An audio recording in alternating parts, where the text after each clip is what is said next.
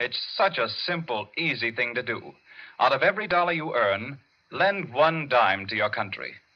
Do it regularly by joining the 10% club where you work. And do it now. Our soldiers need your help.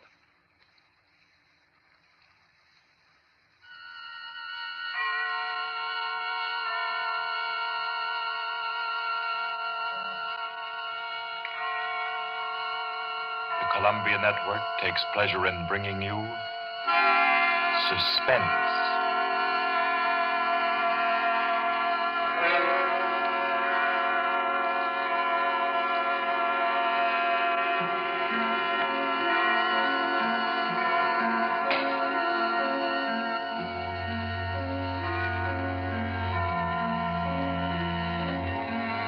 Suspense, Columbia's parade of outstanding thrillers, produced by William Spear and scored by Bernard Herrmann.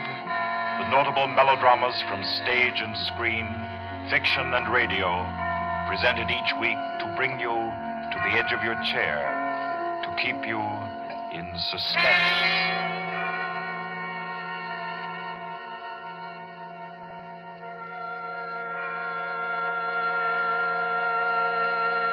Tonight's story deals with a remote and dangerous house and a terrifying thing that happened there because the rain went on for days and days. It deals with a surgeon and a girl, a giant, and a young man who took a long chance. And over them all, the moan of the night wind and the ceaseless roar of the storm.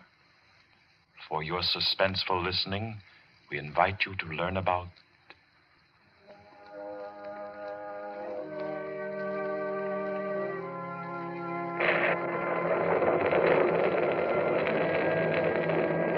Kettler method.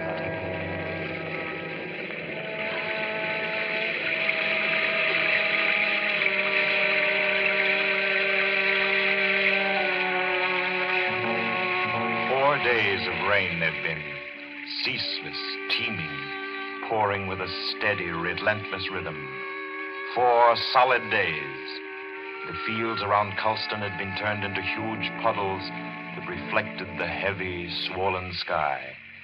And Dr. Morrissey was stirred by a deep anxiety.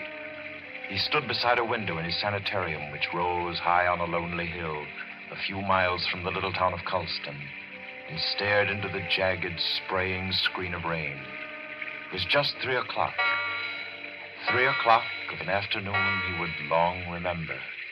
He was on the point of sending for Caffrey, the ward attendant, when the door opened, and Caffrey came in, pale, disturbed. Dr. Morrissey.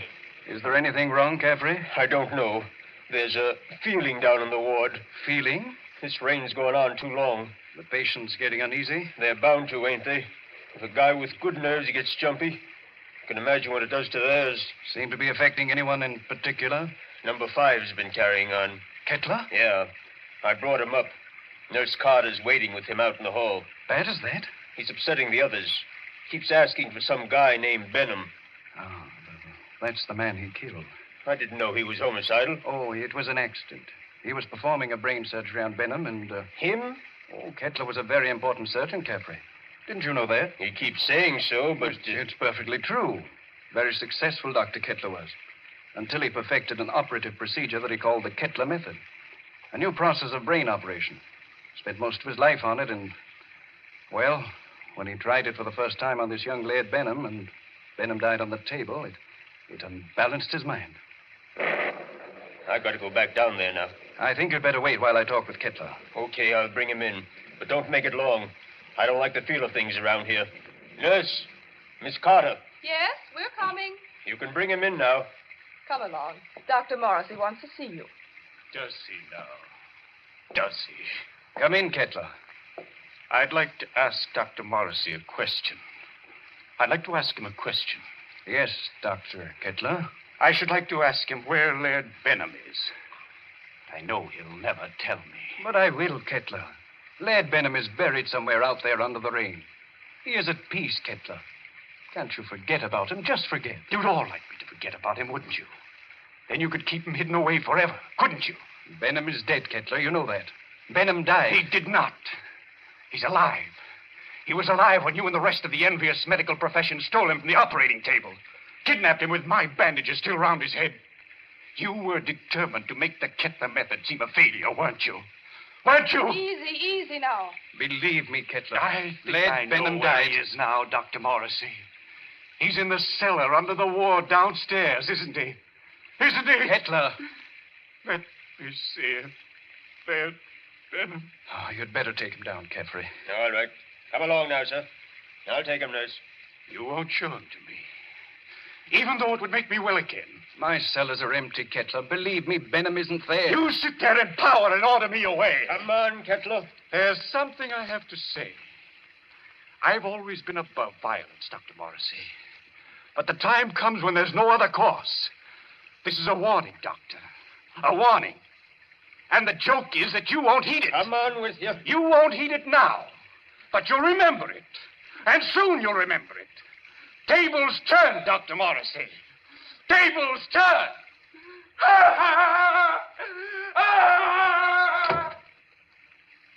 Poor thing. I'm afraid I'm failing with him.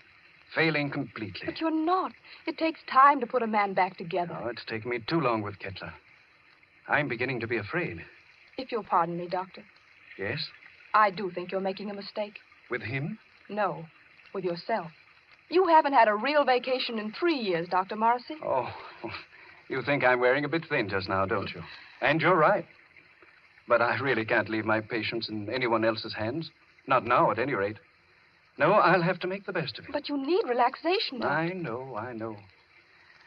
Well, I hope to soothe my ragged nerves somewhat over this weekend. Oh? I've some friends coming down from the city Friday night.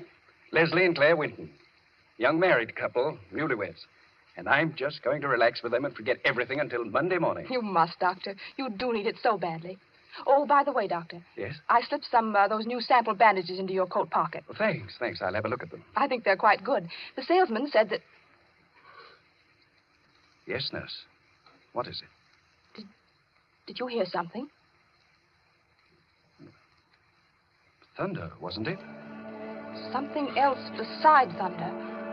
I thought it... Well, I didn't hear it. My nerves must be getting the best of me. Perhaps it's a case of nurse heal thyself, eh? I'm not the only one who needs a rest. You know, it might be a very good idea if we both... Dr. Morrissey, I heard that. what is it? It's coming from the ward. Sounds like... That was a shot, nurse. You get on the phone. Call the police at Colston. Hello? Keep at it. Hello? Someone's trying to get in from the hall. Dr. Morrissey! Dr. Morrissey! It's Caffrey. Just a moment. Caffrey, what is it? He's ganged up on me. All of them coming up the stairs. Kettler, clear out of here. Oh. Steady, nurse. He's dead, isn't he? Isn't he? Yes. Dr. Morrissey. Kettler. Remember my warning. Remember it, Doctor. Tables turn, Dr. Morrissey. Tables turn.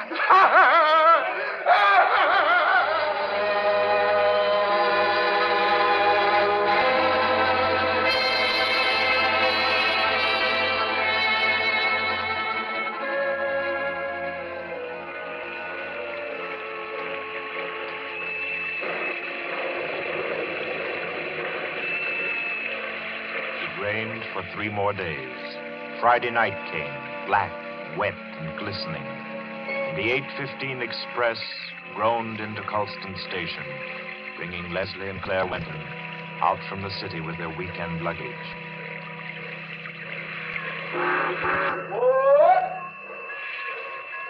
Isn't Dr. Morrissey sending his car for us, Leslie? Yes, Claire. The chauffeur was supposed to drive us over to the sanitarium to pick up the doc, and then we're all going over to his house together. Well, I don't see any car, do you? I don't see anything but water. Maybe we're rowing over in a skiff. Oh, I hate that sound. Like somebody's in agony. I think you're a little depressed, dear. Well, I shouldn't be surprised. My head's still aching dreadfully. Poor lover. How long's that been going on now? Almost a week. It frightens me. I don't think it's anything serious. Waiting in the rain like this doesn't do it any good, I'm sure. I don't understand. Doc's usually so punctual, right on the dot. You don't suppose we ought to call the sanitarium? You people for Dr. Morrissey, yes? Well, yes, we're the Wintons. Doc sent you to pick us up? I, Cato, Dr. Morrissey's chauffeur. You got luggage? Yes. Here it is. I take. You follow me to car. Come. We're coming. Leslie, Yes? he's tremendous, isn't he? He must be 6.5 feet tall. I'm over 6 myself, darling. He's nearer 8. That's a giant. Get those shoulders. He could snap me in two like a matchstick. Well, I hope he likes us. So do I, light of my life. Car waiting. You come, please. But I really don't think he does. Coming.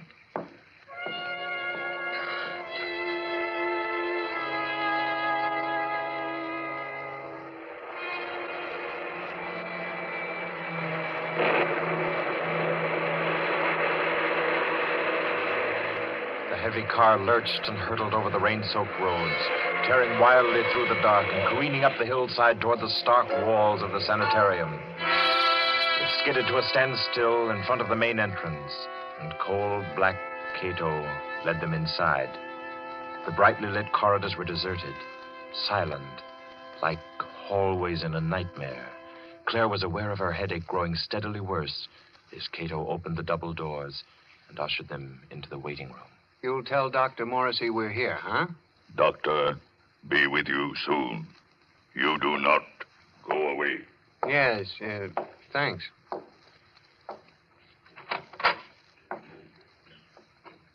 I hope we're not staying in here very long. It isn't very cheery, is it? Oh, I don't like places like this. I suppose it's very foolish of me, but I always feel as if I'm in some sort of danger. That's the headache again. Everything seems worse than it really is when you're not feeling well. Don't you always find... Leslie, Yeah? listen. What is it? Somebody's knocking. Just a moment. Gracias a Dios. Who is it, Leslie? I don't know. What, you do not know me? I am Arturo Alvarez, the South American pianist. You have heard of me? Well, sure, I've heard of Arturo Alvarez, but I'd hardly expect to find him Leslie, in... humor him. Oh, of course, for a moment I forgot where I was. I've heard of you, Mr. Alvarez. Is there anything I can do for you? Will you help me? I must get out of this place. Oh, sure. I came here several days ago to be treated for a mild nervous trouble. And now they won't let me go. I am being held a prisoner. And tonight I am scheduled to give a concert at Carnegie Hall, and I must get out of here. Please, will you help me? Number 10 out of the ward again, I see. How many times must I tell you that is strictly against the rules? I was doing nothing wrong. I was only telling this gentleman that I must be at Carnegie Hall for my concert. Yes. I'm sure the gentleman was very interested. Cato. Yes, Doctor. Cato, you will escort number 10 back to the ward and see to it that he doesn't wander back into the waiting room. No, I will not be taken back to the ward. Help me. Come now. Help me, no. I will no. How strongly he believes in his delusion. Strange fantasy of a diseased mind. Seriously believes that he's Arturo Alvarez. He was telling me. Oh, I'm very sorry. I'm afraid I haven't been very cordial. Won't you sit down? Is there anything I can do for you? Well, you see, Dr. Morrissey invited us up for the weekend. Oh, yes, of course. He told me he was expecting you. Does he know we're here? I'm afraid not. Dr. Morrissey was unexpectedly called away on an emergency case, and I'm in charge of the sanitarium until he returns. Well, do you have any idea about when that'll be? Well, it's very hard to say. However, he asked me to ask you to wait and see to it that you're made comfortable. Let me see now. Your name is... Winton, Leslie Winton. And this is my wife, Claire. Yes. Permit me to introduce myself. I'm Dr. Kettler, Dr. Morrissey's assistant. What can I do for you? A bite of food or a drink, perhaps? I don't think so. There's nothing in the world I want so much as an aspirin. Aspirin? Yes, Doctor. She's had a headache that's been troubling her for days. It's terribly annoying. I can well imagine. Annoying and interesting. That is to a man of my profession, of course. But If you will step into the inner office, I think I can offer you something a good deal more effective. Oh, I'd hate to trouble you. No trouble at all. I find these things most intriguing. Should I, Leslie?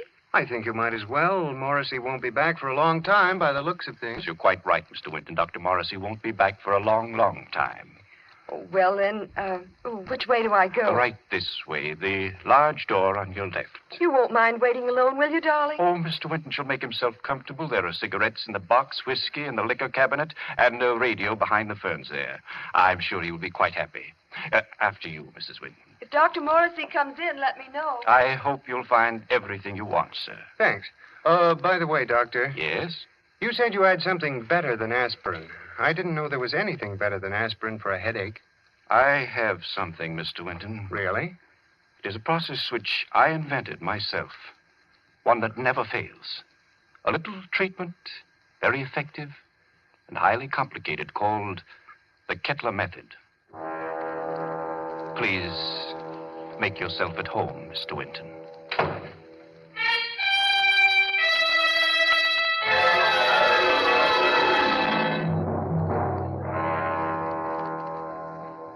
Leslie sat there, alone in the big waiting room for a while. Then creeps began setting in, and he thought to himself. Maybe I'll have that drink after all. He rose and went over to the liquor cabinet that Kettler had pointed out to him and opened it. Why, there's nothing in here but books. Yes, books. Books that were so thick with dust that it was clear they'd been there for months. Well, no drink for Leslie. Maybe a cigarette. Kettler said the box was full. He picked it up and started to open it. Why, it isn't even a cigarette box. The darn thing's a bookend. Yes, that's just what it was. Leslie began to think it was a tough job making himself at home in that waiting room. And then the idea occurred to him. Maybe the radio works. He went over to the radio then, turned it on, and...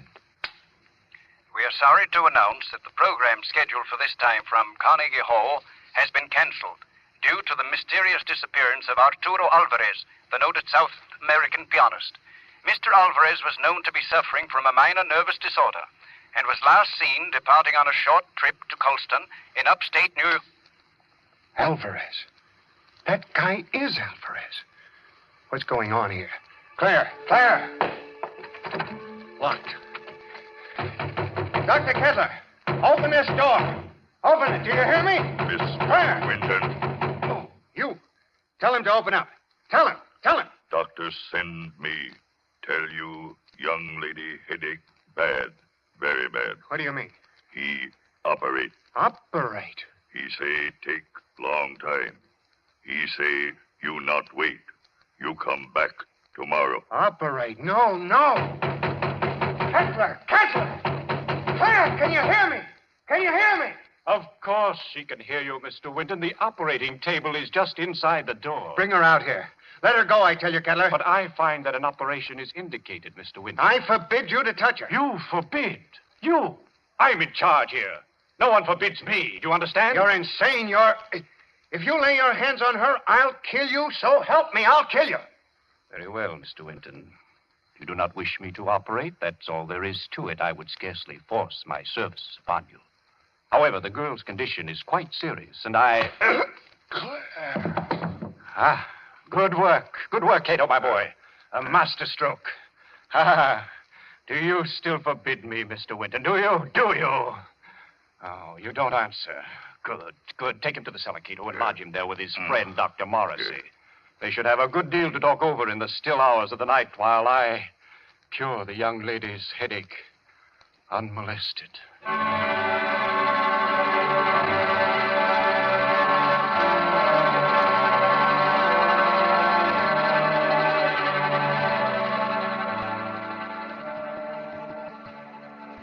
You've got to pull yourself together, Leslie. Now try. Try to think. Cato brought you down a few moments ago. You've been hit in the head. Can you remember? Yes, I was talking to Kettler, trying to make him let Claire go. Claire? Oh, good Lord, Morrissey. Where is she? He's got her. Kettler? She's on that operating table up there. We've got to do something. We've got to do something. Well, I'm afraid there's not much we can do. I've been here for 3 days and nights. What happened? It was a nightmare come to life.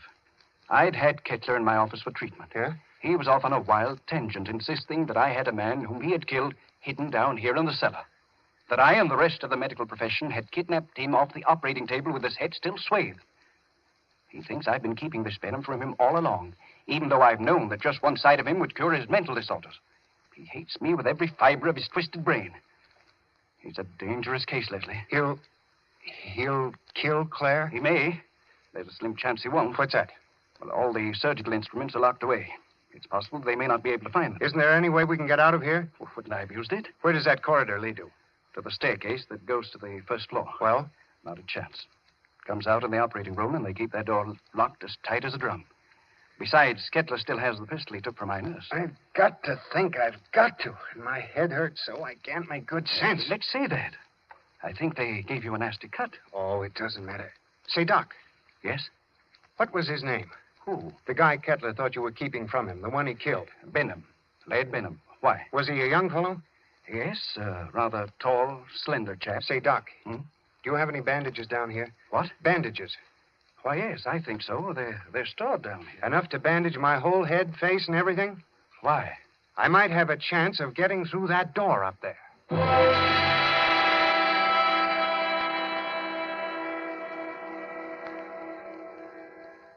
Please, let me go now. Oh, let me go. Leslie! Leslie! You will be better soon, much better. I will take the pain away, Mrs. Winton. Cato, have you found the surgical case? Not found yet. I look. Cato, look. Find it.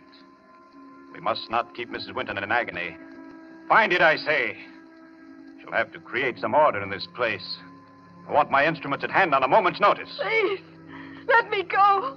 Oh, let me go. You shall be well again, my dear. I promise you shall be. Doctor, here, tall, white cabinet behind curtain. That's it. Open it, Cato. Locked. Locked, Doctor. Smash it open. Open it. I do. You'll find scalpels on the top tray. Bring them to me. Yes, Doctor. Is here, Doctor. See, knives. Good, sharp knives. Cato find. He find them. Excellent. How they glitter.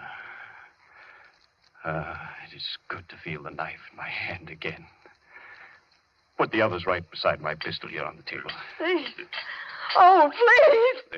There, my girl. I shall expend all my genius on you. You shall be well again. No. No. No. Now to work. What was that? Who's there? Dr. Kettler, Who is it? I have found my way back to you. Open the door, Dr. Kettler. I've come back again. Who are you? You remember? You remember Laird Benham? Cato! Cato! Yes, Doctor. The door! Let him in! He's come back! Let him in, I say! Yes, Doctor. Oh, let me out of here. He's come back! He's come back, Cato!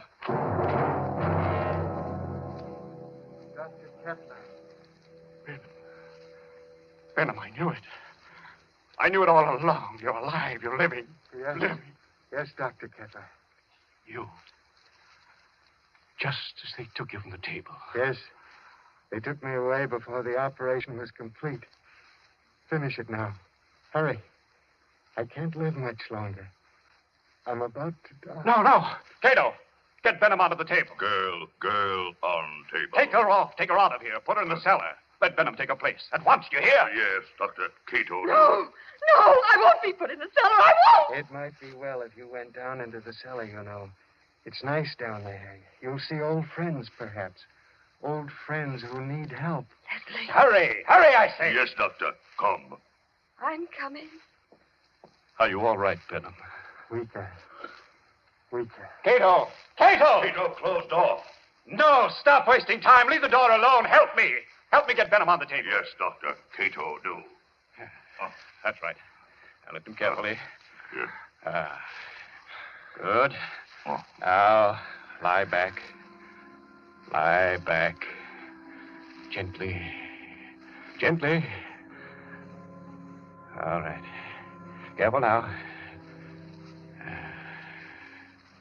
There we are. Cato, Give me the knife. Yes, Doctor. Take off the bandages. From the top, Cato. That's correct. That's proper procedure. There. Yeah, now that's... I thought his hair was blonde, not black. Well, perhaps I've forgotten. I've forgotten so many things that... There was a scar on his forehead.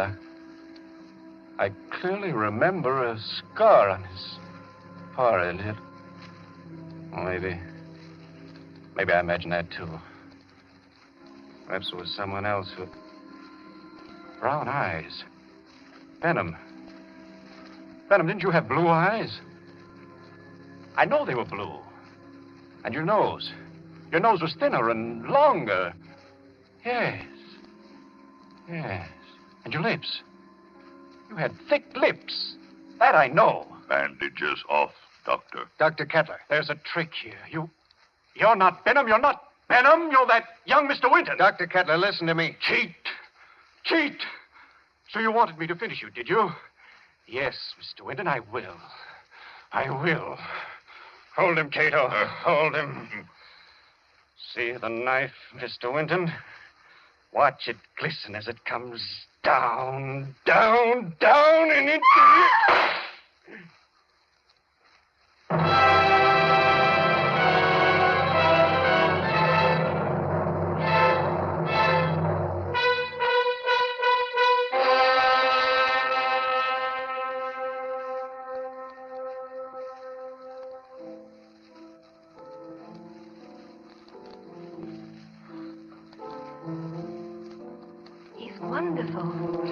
You don't doubt that he's out to robbers when you hear him play the piano, do you? That's a marvelous old instrument you have, Doc. It was my mother's. This old house has been in the family for generations. Who'd ever thought we'd be alive to sit in your house and listen to somebody play a concerto? We wouldn't have been. At least I wouldn't have been if you hadn't snatched that revolver off the table right out from under Kettler's nose before they threw you into the cellar. That was the lifesaver. Made the weekend perfect. I'm afraid it wasn't very restful. Hereafter, I'm spending all weekends in a cozy little corner under the L. It was worse for Claire than anybody. She had a dreadful time. It was ghastly, all right. Horrible. But you know something? What? My headache. It's completely gone.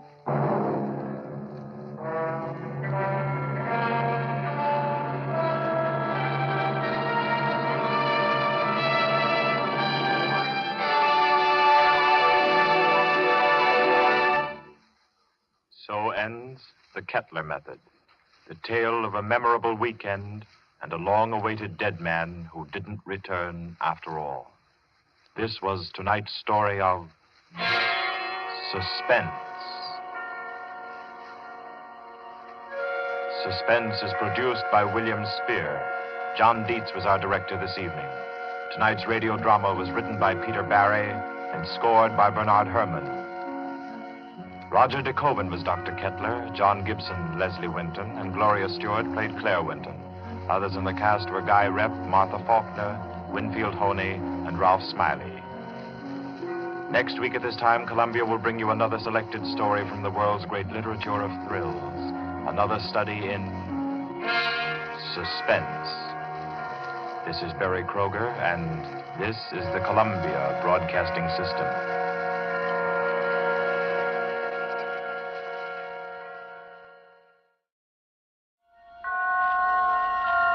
The Columbia Network takes pleasure in bringing you Suspense.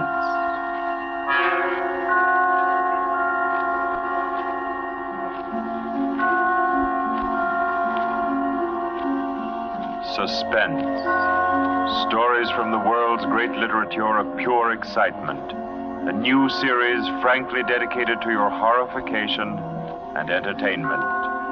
Week by week, from the pick of new material, from the pages of best-selling novels, from the theater of Broadway and London, and the sound stages of Hollywood, will parade the most remarkable figures ever known. CBS gives you Suspense.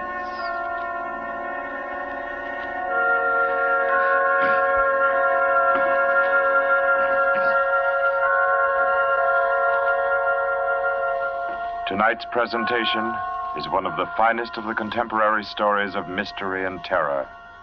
John Dickson Carr's famous novel, The Burning Court.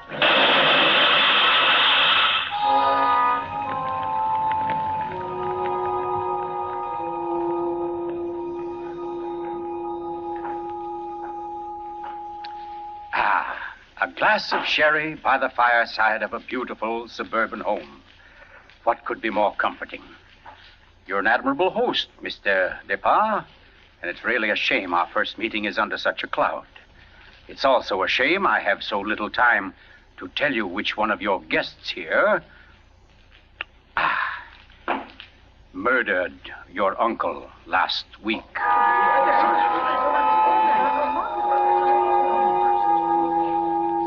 Now, let's see now. I believe we're all here. Your wife, your friend, Mr. Stevens, Captain Brennan. Yes, and incidentally yourself. Just who did you say you were? Well, no wonder you've had so much difficulty with the case, Captain. My name is Cross, Godin Cross, the writer. As a matter of fact, it's because of my just completed book, Poisoning Throughout the Ages, that I happen to be here now. And Ted Stevens there happens to be a member of the firm which publishes my work. I'd never seen him until tonight, but I've been told what happened. This afternoon, he began reading my manuscript for the first time on the train. The commuter's train, which every afternoon deposits him safely and soundly here in Crispin. I imagine he was halfway home by the time he finished the first chapter. Then he turned a page. Attached to the following leaf was a picture. And looking at it, the young man stiffened suddenly and all but cried out his shock. It was a picture of a young woman, and under it had been printed, famous poisoner Marie Dobré, 1676. Ted Stevens was looking at a picture of his own wife.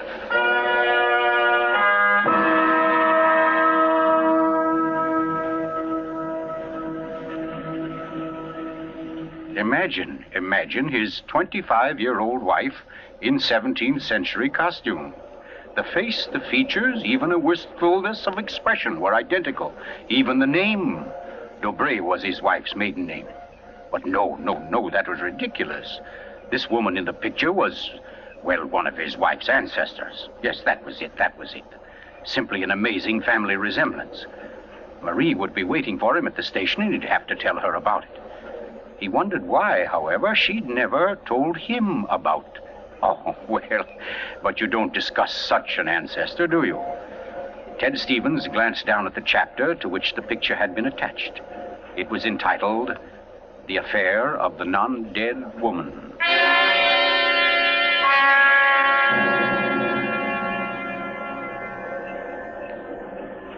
Hello, Ted. Stevens was almost jolted from his seat. It was Dr. Weldon, professor of English at the college, an old friend of his. Quickly, he thrust the picture beneath the manuscript and moved over. Hi, I didn't see you, Doc. Oh, here, have a seat. Oh, I thought maybe you were giving me the, what do they call it? The brush off? Oh, no, say, as a matter of fact, Doc, you're the one man I do want to see. Yeah? Very flattering.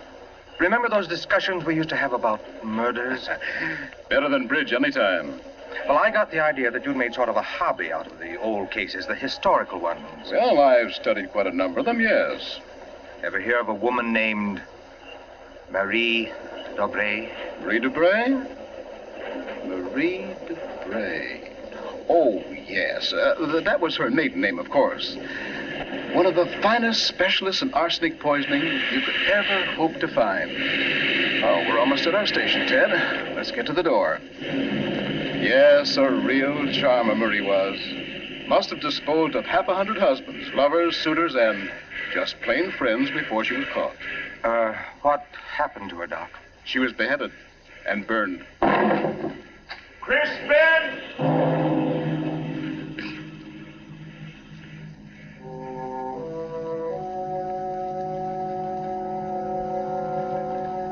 Absurd, laughable. Ted Stevens kept saying this to himself, and yet what he knew was a foolish dread followed him straight through the small suburban station and clung to him as he reached the street. And there in the roadster was Marie, leaning toward him a little to hold the door open and smiling at him. Oh, Ted, what on earth are you staring at? That streetlight shining on your hair, I like that. Oh, you're tight. Come on, get in the car.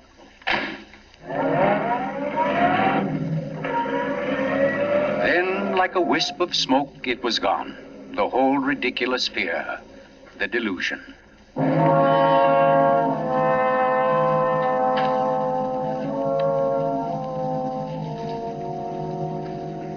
When at home, Marie brought the cocktails into the living room. The logs were burning brightly in the fireplace, throwing a soft, dancing glow upon a room that was darkening with dusk.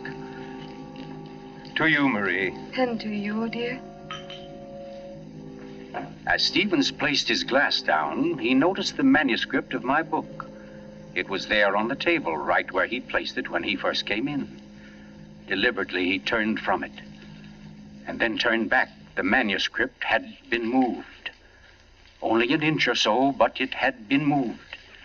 Keeping his back to his wife, he thumbed through that early chapter and discovered, just as he knew he would, that the photograph was gone. For a long moment, he thought of what to do. Then slowly, he turned around. This book by Cross I brought home. Yes? There was a story of a poisoner in it. Rather funny. Her name happens to be the same as yours. Oh, your maiden name, that is. Oh, that is odd, isn't it? Darling, was she a relative of yours? Why, Ted, you're serious. In a way, yes. Oh, I don't mean it's really important. It's just that, well, when you run across a person who's a dead ringer for your own wife and who lived 300 years ago and was a top-flight poisoner, well, you like to hear about it, that's all. What on earth are you talking about? Darling, be honest with me. Didn't you look at this manuscript when I was out of the room? No. You didn't take out a picture of a poisoner named Marie Debray? I most certainly did not. Oh, Ted, what is this all about? What are you getting at? Oh, just this. Somebody took that picture out of that manuscript since I'd been home. Now, who's that? Well, I'll take a look. Wait, I don't feel like... Why, it's Mark Depart. Mark? Ted, wait a second. Yes? Ted, whatever it is he wants, promise you won't do it. Promise I won't do it? I mean, promise you won't get yourself involved. Please, Ted, don't go out tonight. Say, what in the world is... Well, anyway, we can't let him stay outside. Mark, how are you? Come on in. Thanks, Ted. Just thinking about giving you a call later. Oh, let me have your hat. Oh, thanks. Marie, I hope you'll excuse me for popping in like this, but, well, I wanted to talk to Ted. It's rather important. Oh, I don't mind at all. Come on, Mark. We'll step into the library. Oh, you mind, dear? Of course not, Ted. I'll be making the sandwiches for her. Oh, grab that chair in the corner, Mark. Well, let's hear it. What's the trouble? Ted, my Uncle Miles was murdered. Murdered? Oh, the talk hasn't reached you yet, but it's already started. Nothing definite, of course, just that there was something wrong about Uncle Miles' death. But I don't... Mark, are you sure of this? You know he was murdered? I don't know. Of course I don't. I just don't see how it could be any other way. Uncle Miles, you know, had been sick for quite a while, but last Saturday he seemed so much better that Miss Corbett, that was his nurse, decided to take the day off. And, oh, you know all this. You and Marie were over that afternoon. Anyway, Lucy and I went to the club that night, to that masquerade party, and we left the old boy completely alone. I've cursed myself 1,000 times since. But what about your housekeeper, Mrs., what's her name? Henderson. Wasn't she around? Oh, sure. In that little house out in back. We told her to look in now and then, but, well, that wasn't good enough. It was after midnight when Lucy and I got back. Uncle Miles was dying. Ted, it looked exactly like one of his regular attacks, but then later, after he was gone, I happened to glance under the chest of drawers in his room. There was a small silver cup under there, almost drained, and Uncle Miles' cat. The cat was still warm. but quite dead. Oh. I managed to get the cat out of the house and buried without anyone seeing me. Next day, I had the contents of the cup analyzed. It was poison? Yes. Arsenic. Well, what do you want me to do? Help me open the crypt. What? I want to have a private autopsy performed. Help me get Uncle Miles' body out of that vault. Oh, I know it's a tough job. The thing is sealed solid, but we can do it. You mean without the police knowing about it? Without anybody knowing about it. Mrs. Henderson's visiting her sister, and I managed to send Lucy over to the club. You must be crazy. You're playing with dynamite, Mark. This is something you've got to tell the police now. I can't take that chance. But they'll have to know sometime. You're only I've delaying... got to know first, I tell you. You don't understand, Ted. There was somebody in Uncle Miles' room that night, handing him something in a silver cup.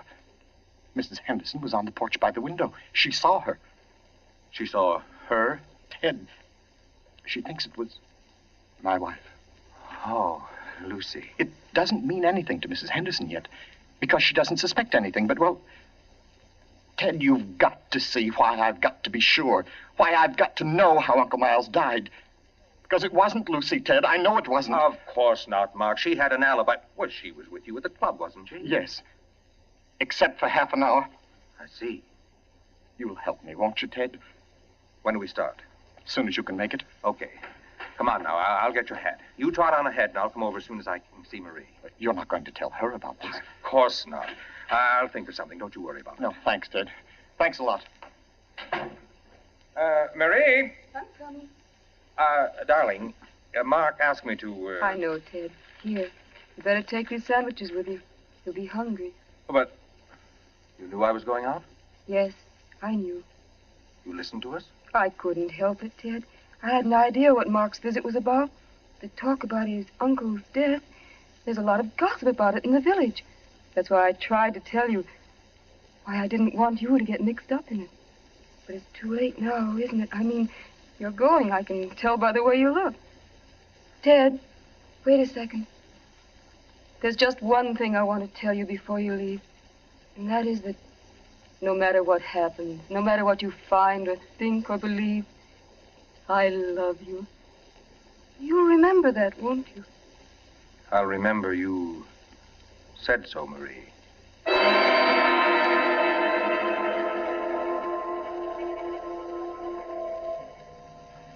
By the light of a dim kerosene lantern, Mark and Chet Stevens pounded their way through the thick shelf of rock that covered the Depar's ancestral tomb, pried open the great slab of stone which lay across the subterranean door, and then at last descended to the dank, ink-black chamber. They found the coffin. They dragged it from its crypt and placed it on the cold stone floor. They unclamped the lid and opened it. Mark, it's empty. What? That's impossible. It can't be. But it is, Mark. You know what this means? That body wasn't in this coffin when it was placed here. I'll swear it was, Ted.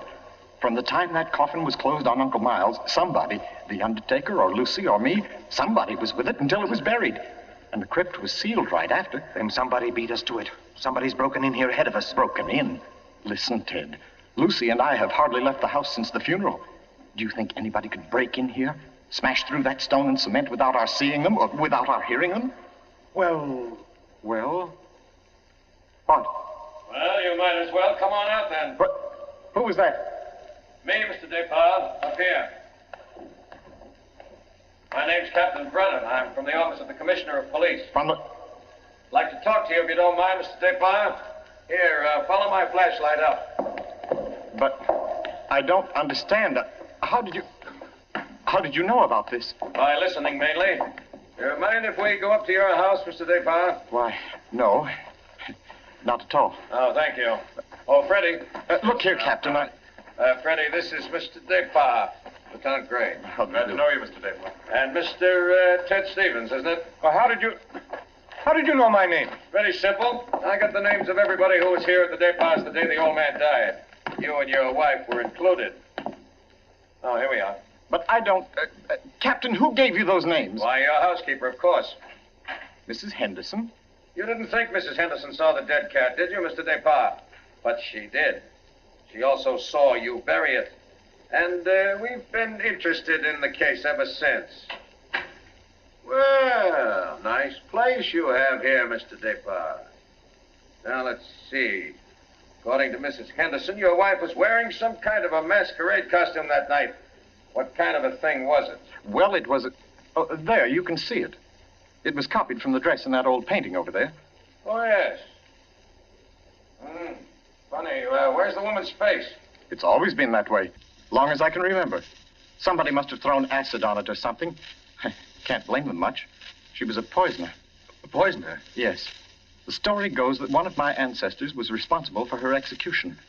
Marie Dobré, her name was. Oh, yes, I've read about her. Learned all her poison tricks from one of her lovers, guy by the name of Godin Saint-Croix. Godin Saint... Oh, yes, Mr. Stevens. We cops read now and then. Did you say Godin Saint-Croix? That's French. We call it cross. Absolutely no limit to a cop's education, is there? But to get back to your wife, Mr. Depard, she was dressed like the famous Marie. Now, when Mrs. Henderson looked through that window... Just a minute, Captain. Mrs. Henderson can't prove she saw a thing, and you know it. What do you mean? I mean you haven't any right to insinuate that my wife was in that room. Well, who's insinuating? I'm trying to say that Mrs. Henderson, after thinking it over, realizes she was tricked by the costume. The woman she saw in the funny clothes, handing the cup of poison to your uncle, wasn't your wife at all. What? Because your wife is an unusually tall young woman. And the one Mrs. Henderson saw was fully half a head shorter. More on the order, let's say, of Mr. Stevens' wife. My wife? Captain, this is absolutely ridiculous. Well, I don't know. Why, what's the matter, Mr. Stevens? You're trembling like a leaf. Tell me now, just for fun, where was Mrs. Stevens that night? She was home with me. The whole evening? Certainly. She retired early? Yes, we both did. You, I suppose, were sound asleep by midnight. Yes, I was. Then how do you know where your wife was? Well, Look here, Stevens. She had to have a costume that would match Mrs. Despard's. How did she manage that? Where did she get it? Well, she never had one. She never had a dress like that. And what about her motive? Why did she poison him? I don't know. Not for money, certainly. Then what was it? Hate? Did she hate Miles Despard? Yes, she did. No. Oh, I don't know. I don't know, I tell you. Brown? Yes, Freddie? I phoned and got hold of Mrs. Despard and the nurse, all right.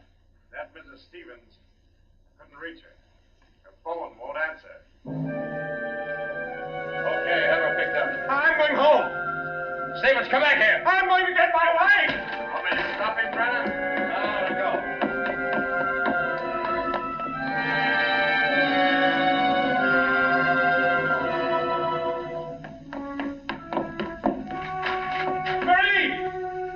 Marie, where are you? It's Ted. Marie, what have you done? Maria. Oh, good evening. Who are you? My name is Cross, Godin Cross. Cross? Where's my wife? What have you done to her? You fiend, what have you done to my wife? Why, nothing at all, young man. Here, sit down. You're lying. Something's happened to her. The police just phoned. There wasn't an answer. Why are you here? Why am I here? Well, because your wife, reading my chapter on the Dobrés, realized I knew more about the family than even she did. Because she found my phone number on the front cover of the manuscript. And because I know an exceptional case when I hear one. Does that answer your question? No, and you know it doesn't. Can't you see I've got to know whether... Yeah, I see. Whether your wife is that Marie Dobré, who was burnt by order of the High Tribunal for all poison cases, the burning court of France, witchcraft, black magic, the world across the threshold. You're quite sure, no doubt, also, that I'm Godin Saint-Croix, who first wooed her. No, my boy. No, my real name happens to be, of all things, Tom Simpson. Most unsuitable for a distinguished writing career. And Marie Dobré is no more your wife's real name than mine is Godin Cross. What? Your esteemed wife was an adopted child, Mr. Stevens, adopted by people in Canada named Dobré, remote members of the real family of poisoners. I can't believe it. Why didn't she tell me? Why? Because until I told her half an hour ago, she didn't know it herself. You see, in the course of my research on the family, I found out about it. And in the course of talking with your wife, I found out something else. How for years she was haunted by the fear that she might be a poisoner by inheritance, by blood. And you can see, can't you, why she never talked about it, her past to you? Yes, yes. And yet, Mr. Stevens, you had all but made her forget that past. You. And that's why she was willing to lie, to steal a picture, do anything, in order to hold you to her. Yes, yes, I see that now. You know, young man, I rather think she loves you. But as you will see, though, she comes only when I call her. Mrs. Stevens? You mean she's... Yes, Mr. Cross. Marie, it's you. You're all right? Oh, yes, dear. We're both all right now, and nothing can change it, ever. Marie, listen. Don't say Marie, dear. Say Maggie. Maggie? Oh, that's my name, my real name. Maggie McTavish. And it's a lovely name, dear. The most beautiful, gorgeous... Darling, please. You don't understand. The police, they think you had something to do with Miles' death. They think I did. So, now, Mr. Stevens, before we go back to the Depas, don't you think you'd better tell me everything that's been said and done up to date? Having just saved your wife's soul from the burning court, now I'll wrest her body from the electric chair.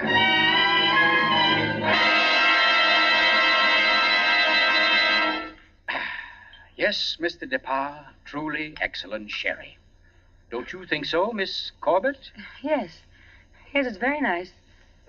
Well, that, ladies and gentlemen, is how I happen to be here. So let us consider first that supernatural hocus-pocus in the crypt. That body that walked out of the sealed tomb. That body that never was in the tomb. Never was in the tomb? No, Mr. Depas. The murderer knew that very soon Mrs. Henderson's story would bring about an investigation. He had to get rid of the well-known corpus delicti. Yes, but who could have kept the body out of the tomb? Who, Mr. Depas? Why, you, sir. What? I don't understand. Well, it's very simple. You had the opportunity. I believe you said yourself you were alone with the body before the burial. And you had the strength. I dare say you carried it down to the furnace, where it's now probably nothing but ashes. Ridiculous. Why would he spend an hour smashing into a crypt for a body he knew wasn't there? Why, Captain? To impress Mr. Stevens, his witness. And also, apparently, you. Oh, that's perfectly fantastic. Fantastic? Oh, no, Lucy. Just comic. And I suppose, Mr. Cross, that I also put on a woman's masquerade costume, went into my uncle's room, and handed him a nice cup of arsenic. No. That had to be done by a woman. Your accomplice, as matter of fact. Oh, now, come. You mustn't all look at Mrs. Depas, because Mark Depas' one noble act was his frantic effort to prevent his wife from being charged with the crime. A crime which he and Nurse Myra Corbett committed. Myra Corbett? Why, you... Yes, sir. Yes, Mr. Stevens, this quiet little lady beside me. Why would I do such a thing? Money, Miss Corbett. A cutout of Mark Depas' inheritance. Payments for services rendered. That's an absolute lie, Cross. You see, ladies and gentlemen, Captain Brennan never bothered to check Miss Corbett's whereabouts on the night of the murder. Why even think of the nurse? She was the custodian of the old man's health. Oh, you're crazy. And yet who but a nurse could so naturally offer the old man a cup? A cup he was sure contained medicine. You're making it up. The whole thing, you're just And making it who up. but Miss Corbett, living right here in this house, would know what kind of masquerade dress she must copy, would know when Mrs. Henderson would pass the window that night, pass and see her, and accept her, she hoped, for Lucy Depas. No, that's not true. Oh, yes, Miss Corbett. Yes, Miss Corbett, that dress was the touch that wrecked you. That was your own idea, wasn't it? Not Mark's. You weren't content with a mere murderer's share of the profits. You wanted a wife's share, half of the whole estate. You wanted Lucy Depas convicted and out of the way for good. Well, I give you a toast, Miss Corbett, with Mr. Depas' excellent sherry, to a particularly ruthless poisoner. And yet, you know, on the whole, I'm rather partial to female poisoners. Why, only tonight I...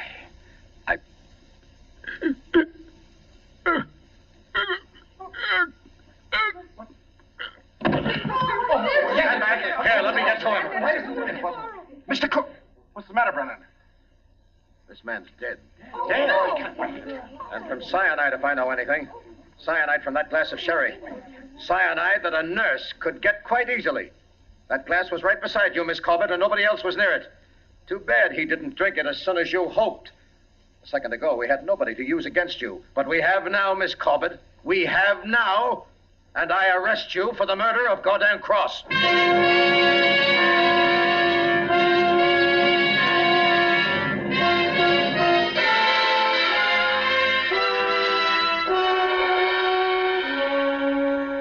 Now close to 5 months ago that the prominent author was murdered, and tonight Myra Corbett pays with her life for that crime. The former nurse, at first protesting her innocence, in recent Yes, weeks has grown... I'm in here, dear. Oh. I thought you might... Well, what did you cut it off for? Huh? What do you mean? The radio. Oh. Oh, yeah, well, I thought you wanted to talk. Oh, Ted, don't you think I know you better than that? What was on the radio? Well, there wasn't any... Okay. It was about Myra Corbett. She goes to the chair tonight. Oh, I didn't think you wanted to be reminded. I don't really. But making such an effort to hide it only keeps it alive, doesn't it? All right, darling. Know what I came in to ask? If you wanted a cocktail before dinner? The largest one you've got. Fine. I'll get out the ice cube. I know. If I'll fix up the fire. Okay, Maria, a deal. Where are some papers to start it? Right there by the bookcase. And the name's not Marie. It's Maggie. Because, darling, Marie's dead and gone forever.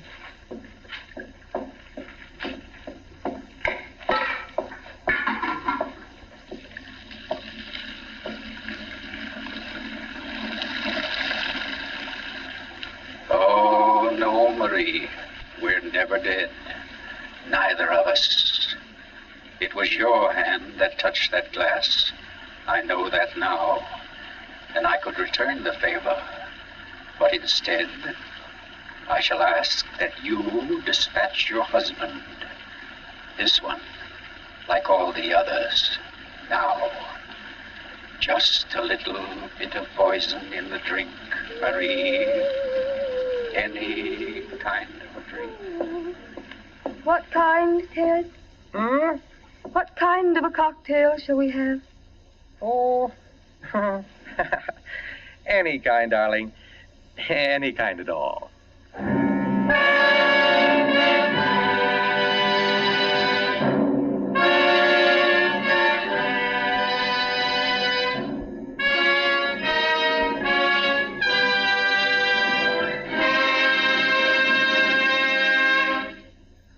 You've just heard The Burning Court from John Dixon Carr's famous novel, the first in Columbia's new series of outstanding classics and chills by world-famous authors.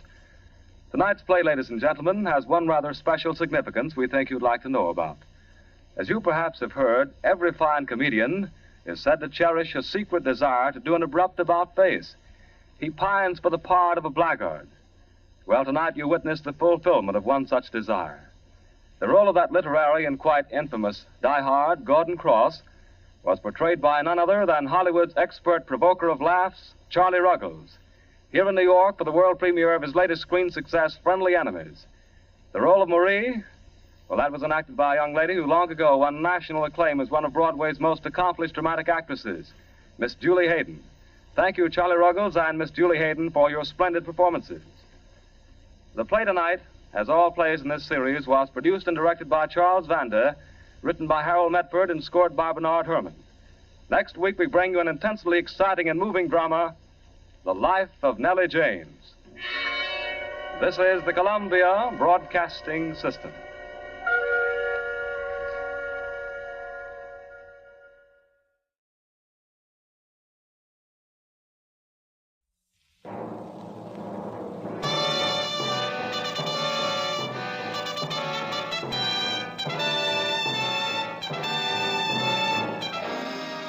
This is Hollywood and CBS presenting Forecast Number 4. Herbert Marshall, directed by Alfred Hitchcock in the first program of a proposed new series entitled Suspense.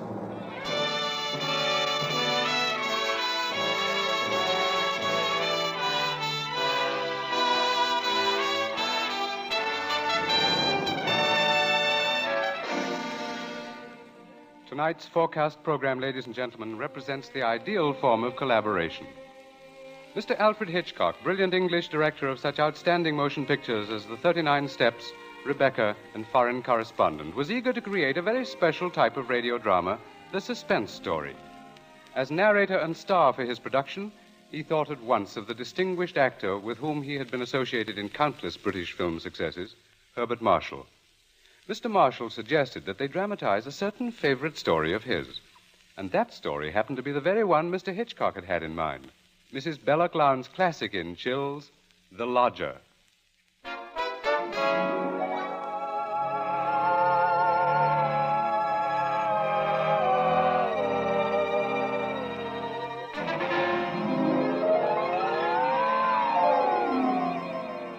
The Lodger is a work of fiction which springs from recorded fact.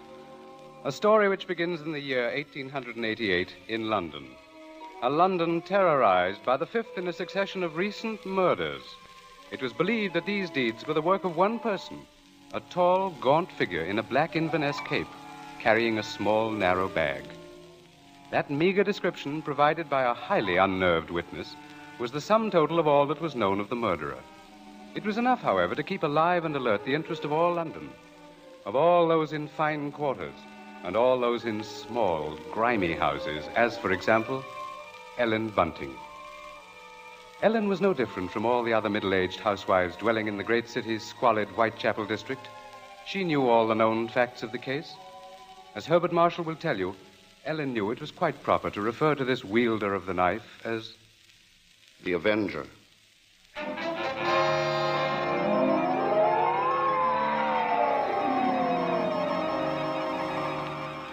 Of course, Ellen Bunting was far more concerned with her personal problems than with thoughts of the Avenger. Yet the case of that strange, elusive killer quite often forced all other matters from her mind. There was that mad, meaningless scheme he seemed to follow. All his victims, for example, had been women. All had been young, attractive, and, oddly enough, blonde. But Ellen could no more understand the motive for his brutal slashings than could the police. This night, she and her husband, Robert Bunting, sat before their fireplace reading the newspaper account of the latest murder. The Avenger had struck again.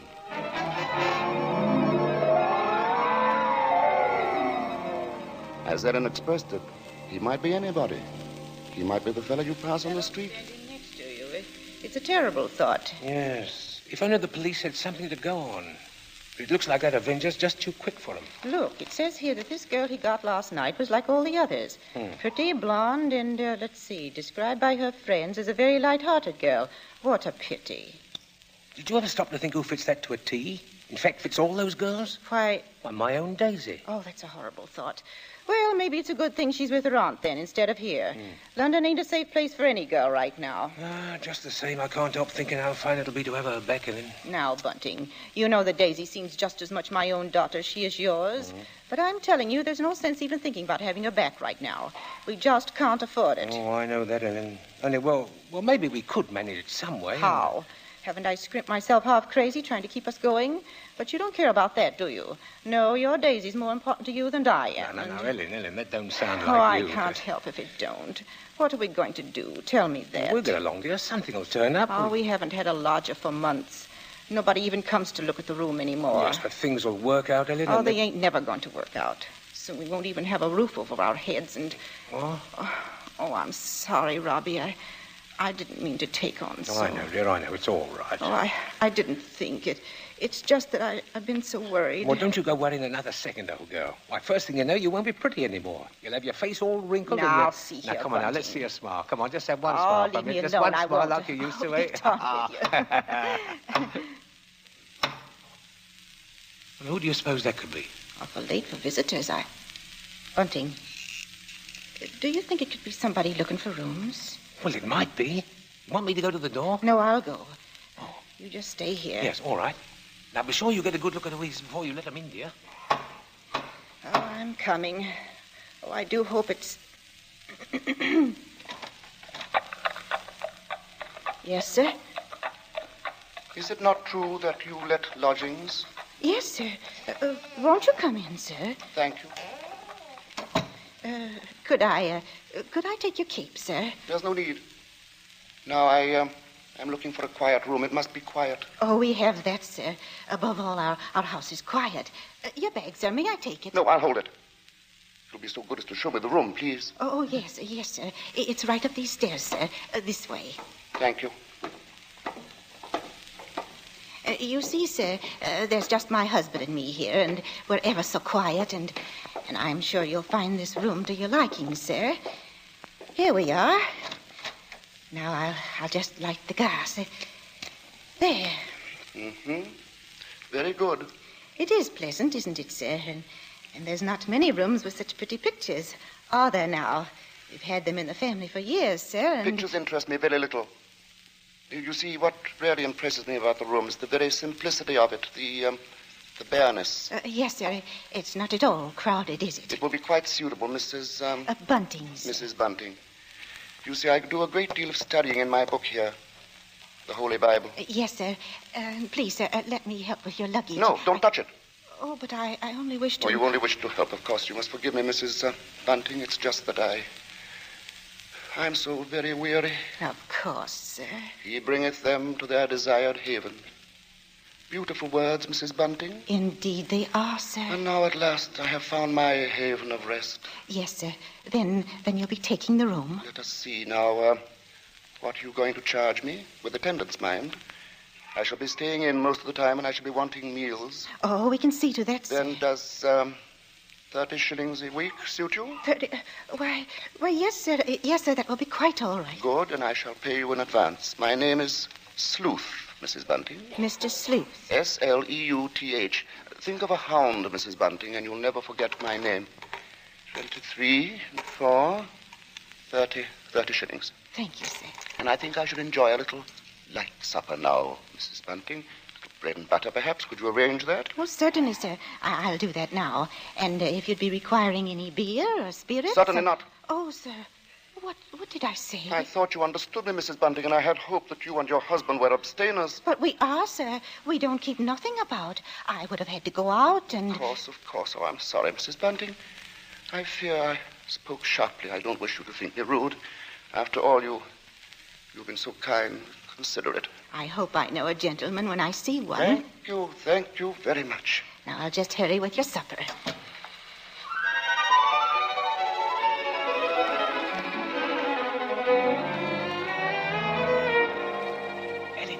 Ellen, did he take the room? No, don't bother me now. I have to get him some supper. What did you mean? Come to the kitchen where he won't hear us. He took it, Ellen? Yes, he took the room? Yes, we're all right now. Look, 30 shillings. A week in advance. Oh, it's wonderful. Wonderful. And Ellen, do you see what this means? Yes, you can have Daisy now. Yes. Here, Bunting, warm that teapot and put some tea leaves in it. Righto. Yeah, do you know something, old girl? We're not going to worry too much about Daisy being in danger of that Avenger fella. Whatever do you mean, Robbie? Well, she's not a girl who takes a drink, you know. What's that to do with it, please? Oh, something I read in the paper while he was upstairs with the gentleman. They just found out that every one of the Avenger's victims had been drinking. They figured he must be some kind of a rabid abstainer. What a peculiar chap. Now hurry, Bunting, please. Yeah. Two thoughts only governed Ellen's mind. The lodger's light supper and her own good fortune at having such a lodger. Mr. Sleuth was an eccentric sort, but then he was such a gentleman, so quiet, so very religiously inclined. She started up a staircase to Mr. Sleuth's room, her husband at her side. It won't do no harm to be safe, though, once Daisy's back in London, eh? We'll see she stays closer in the house, Well, I'll be downstairs. Hurry up with his supper, old girl. She hath cast down many wounded from her. Yea, many strong men have been slain by her. Come in, and to know the wickedness of folly. Why, Mr. Yes? What is it? Those pictures. Those pretty girls. You've turned all their faces to the wall.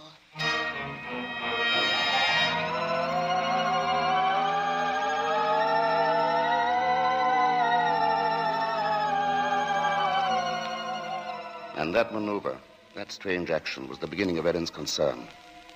Soon there came to her a recollection of the black Inverness cape, the small, narrow bag, the urgent matter of alcoholic drink. And these details began to shape themselves into a pattern which grew more disturbing with each passing hour. The day following, the lodger did not leave the upstairs room once, nor did he leave the next day. And the oddness of this took its place in the pattern. Then, too, the approaching arrival of Daisy, her stepdaughter, added to her concern. On the second night, her sleep was restless with vague, horrifying images.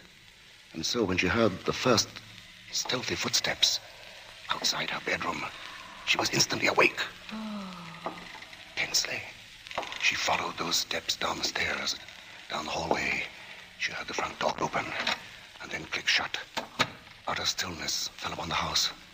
And outside, the streets were so silent she could hear distinctly the clock from a church tower a mile away told the hour. In her troubled frenzy, she pictured a lone figure plodding through the deep fog, moving quietly, stealthily, stalking, searching, finding.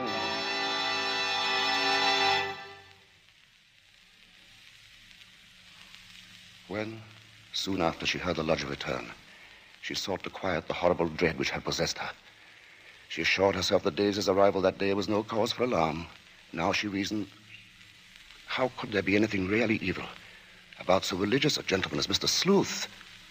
But for her there was no more sleep, merely a tormented state of half-consciousness, a state which suddenly dropped from her shortly after daybreak.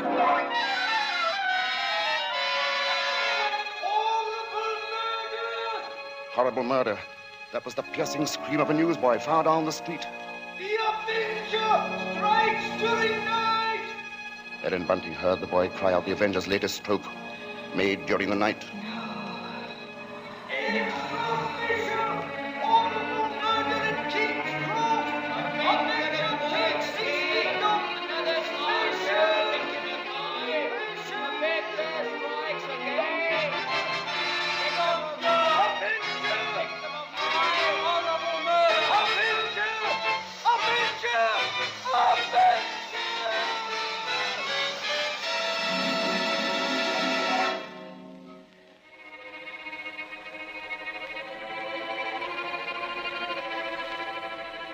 Ellen's first glimpse that morning of the grave-faced lodger brought the sleepless night's warm terror full to the surface.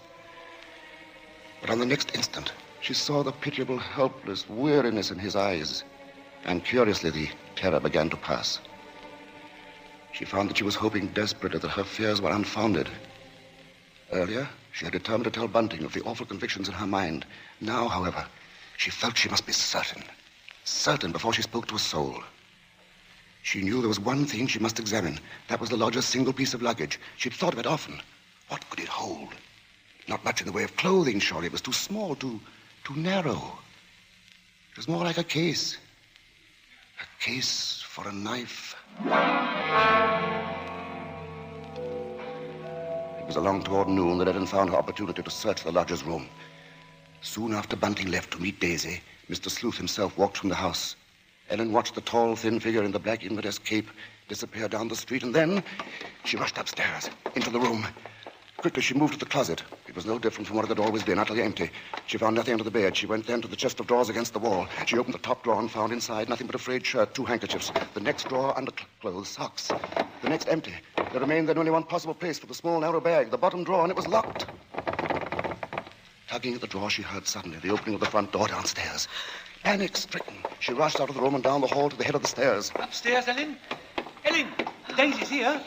Oh, Mother Ellen, it's so good to see you. And whatever's the matter? Yes, you've gone quite white. Oh, well, I'm all right. I wasn't expecting you so soon.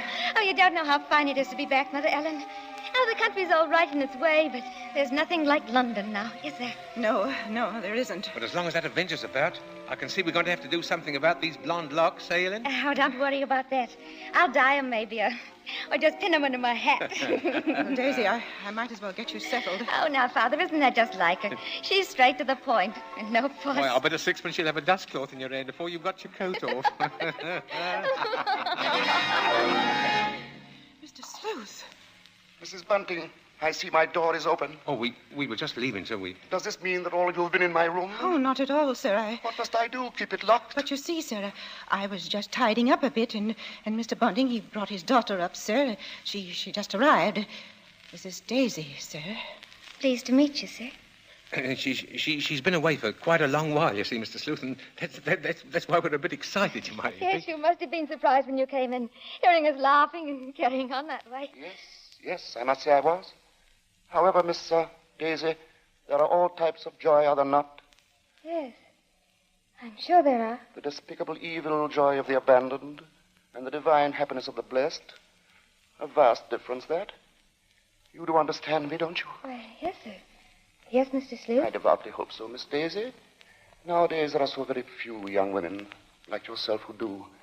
In fact, I all but despaired ever of finding one. If you'll excuse us now, sir, we'll be getting Daisy's things put away. Of course, Mrs. Bunting, and I must be getting to my room. Believe me, Miss Daisy, it's been a revelation to meet you. Oh, thank you, sir. I'm sure we shall have much to discuss. He's a queer one, all right.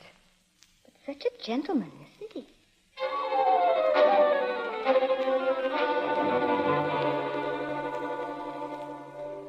At that moment, Ellen had been determined to pour out her terrible knowledge, and then the moment passed by. She told herself that perhaps the past few days had been nothing more than a grim illusion, a tormenting play of imagination. She would wait then until she had attended the coroner's inquest into the last Avenger murder. There, perhaps, she could hear evidence to disprove all her fears, to assure her there was no earthly harm in Daisy being so near the lodger. This was her gravest concern now, for on the next day, Mr. Sleuth made it a point to see the girl more than once. And fearfully, Ellen saw that Daisy welcomed his visits. As Ellen was preparing to step out to the inquest, she heard once more the voices of her stepdaughter and the lodger coming to her through the kitchen door. She hesitated before entering, tense, strangely apprehensive. I do believe, Mrs. Sleuth, I've never known a gentleman with such funny ideas. Oh, Mother Ellen, you should hear what Mr. Sleuth was just saying. Perhaps, Daisy, you would excuse yourself and... He thinks people, and especially girls, should spend all their time praying. I sought to explain, Mrs. Bunting, that all women are placed on this earth filled with evil. They therefore must struggle constantly to find the paths of righteousness. Why, Mr. Sleuth, you mean a girl's not to enjoy life at all? Not to have fun? Frivolity, my child, is the devil's breeding ground, and all his implements are there. Temptation, pleasure, wine. Oh, that's crazy. Well, there's nothing I like better than a glass of wine, and I'm not... You drink. She didn't know what she was saying, Mr. Sleuth. Just a child, and Daisy, you'd better go now. But I didn't say nothing wrong. What's the harm in a glass of wine? She lieth in wait as for a prey, and increaseth the transgressors among men. Well, I don't know what you mean. I never heard such nonsense. You call Holy Scripture nonsense? So what I prayed against is true. You are beyond salvation. That's not so. I'm a good girl, I am, and I won't have you saying that. Daisy, go into the front room. It's quite all right, Mrs. Bunting. I must be going upstairs anyway. I'm used to being misunderstood, you know. People never realize that my efforts are simply for the greater good of humanity. Of course, sir. And that the power on high will direct my hand toward the expulsion of all evil. Daisy, listen to me. Yes? I've got to tell you about... About what, Mother Ellen? Nothing. I've got to go out for a while now. I'll be back.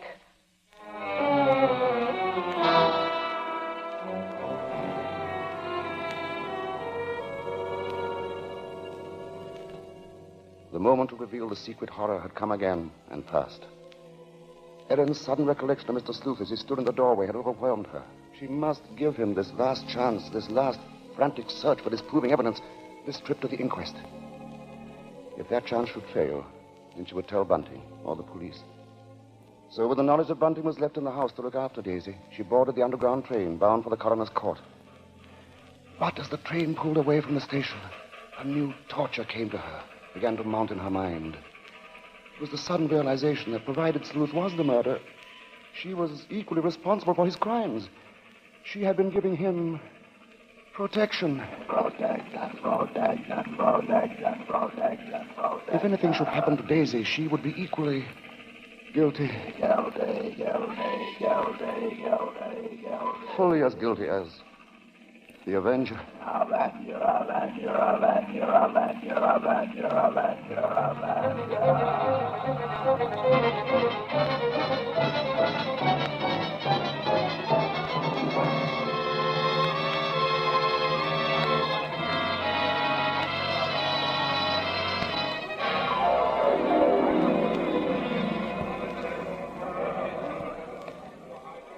Ellen, seated at the rear of the small but crowded inquest room, listened to each of the witnesses as they were called.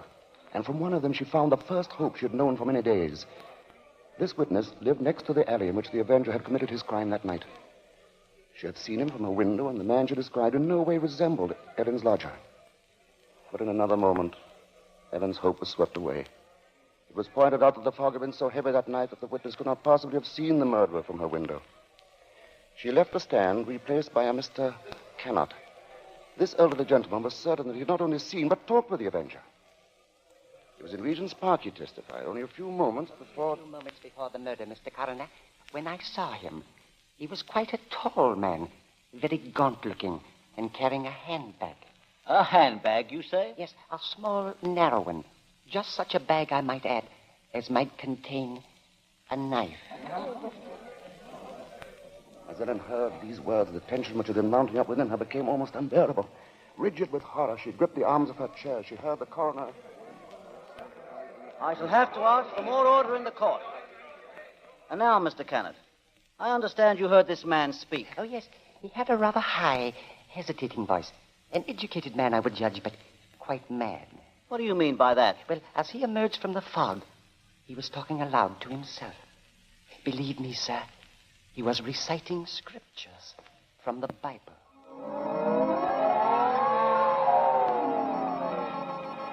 Scriptures from the Bible.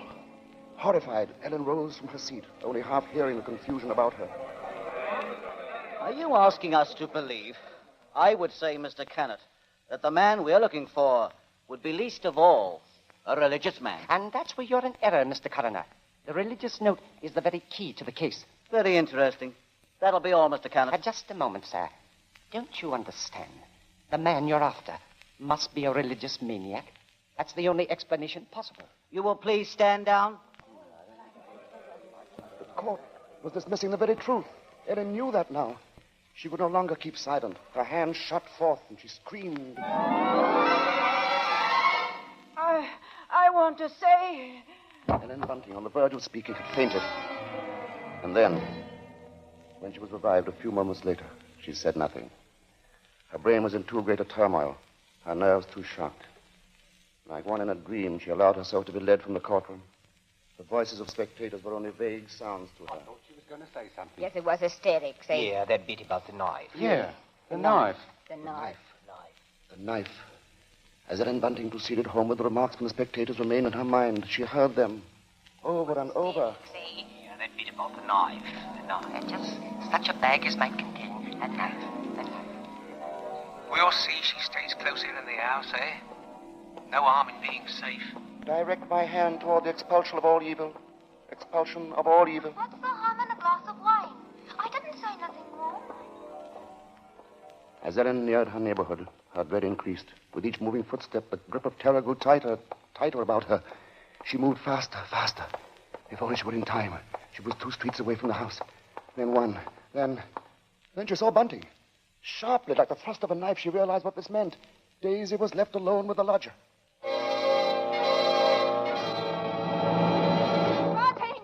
Bunting! Yes, Ellen? What is it? Oh, Bunting, tell me, Bunting. Where's Daisy? Where is she? I say, where? Why, at home.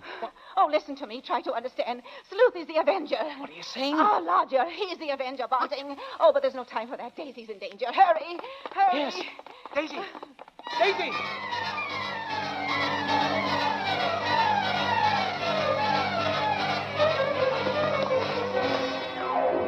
Here we are, Bunting. Here we are. Daisy!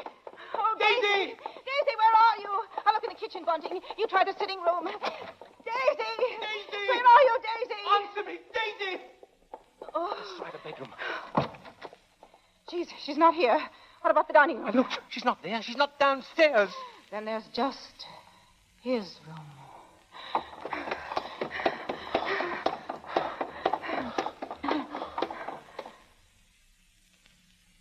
Go on. Open the door.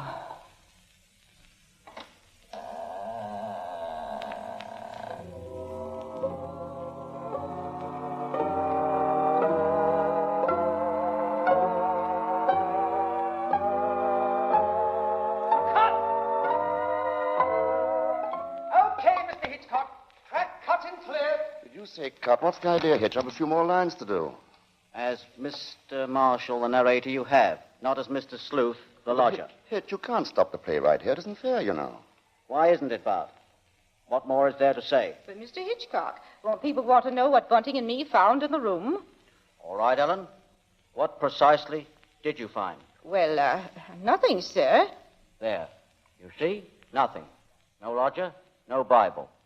And that locked dresser drawer. What about that? We unlocked it, sir. And what was in it? Nothing, sir. You are certain, Mrs. Bunting? Oh, you gave me quite a turn, Mr. Mr. Marshall. Yes, sir, I'm sure, sir. There was nothing. Well, begging your pardon, Mr. Hitchcock, but don't you think we'd better just mention about Daisy? I don't know, Bunting. What do you think we ought to say? Oh, just that the reason she wasn't in the house when Ellen and me got there was, well, she'd gone out for a walk, that's all. Did she enjoy it? Oh, very much, sir. Made it to King's Cross and back in just under an hour, sir. Splendid time, Bunting. Well, there you are, Bart. There's the story. Now, wait a minute, Mr. Hitchcock. You can't do that. That's not the story. Of course it's not. Now, look here, Hitch. Here's the fellow who composed and conducted all our music, Wilbur Hatch. He wants to know about this, too. Everybody does. All right, Bart. What is it they want to know? What became of Mr. Sleuth? Oh, him. Why, he left that afternoon. They never saw him again. And now I think we ought to say something about the Columbia forecast Mr. Hitchcock, show for... sir, will you please... Stop him, Mr. Marshall. Hitch, listen to me. Yes? What is it? They want to know when the Avenger finally was caught. Oh, well, let me ask you something, Bart. Are you acquainted with Loretta Young? Yes, what's that got to do with it? Well, in next week's Columbia preview series, Miss Young will take the starring role in the drama of an American Red Cross nurse. That's good news, isn't it? Oh, that's great. But now listen, Hitch, you've just got to tell that audience exactly when and how Mr. Sleuth was caught. Caught? Why on earth should he be caught? Why? Well, he was the Avenger, wasn't he? Was he?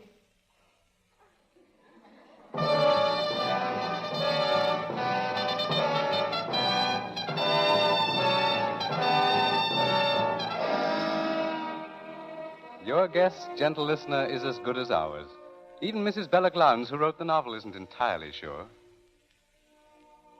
For his masterful direction, our thanks to Alfred Hitchcock, whose latest pictures are David O. Selznick's Rebecca and Walter Wanger's Foreign Correspondent. For his superb characterization of Mr. Sleuth, our thanks to Herbert Marshall. And our thanks to the outstanding British character actor who tonight portrayed the role of Bunting, Edmund Gwen. If you liked tonight's program and want to hear more in the same highly original Hitchcock vein, radio versions of The Lady Vanishes and The 39 Steps, for example, write to CBS and tell us so. Your interest will help bring Suspense to the air as a weekly feature.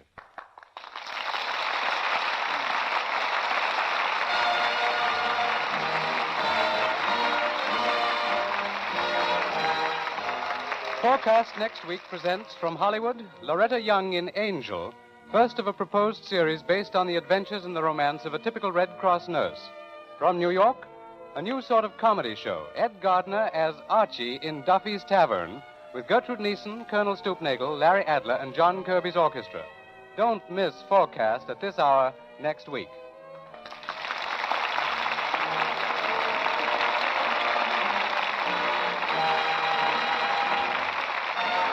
Thomas Freebanson speaking. This is the Columbia Broadcasting System.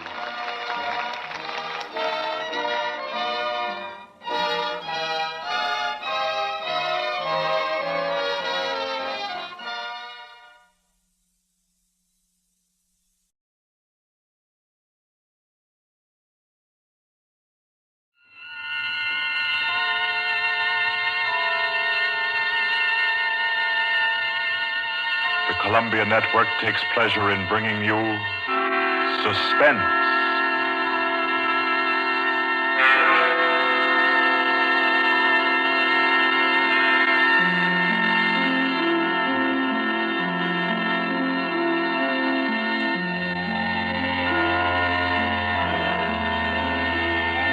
Suspense, Columbia's play theater of outstanding thrillers, produced and directed by William Spear and scored by Bernard Herrmann. The notable melodramas from fiction and stage and screen, from the world's great literature of entertaining excitement, presented each week to bring you to the edge of your chair, to keep you in suspense.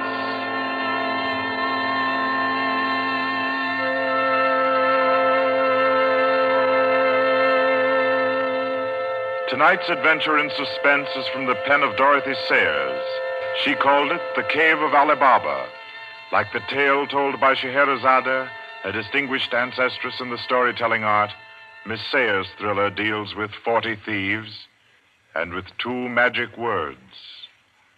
For your uneasy listening, then, Suspense presents The Cave of Ali Baba.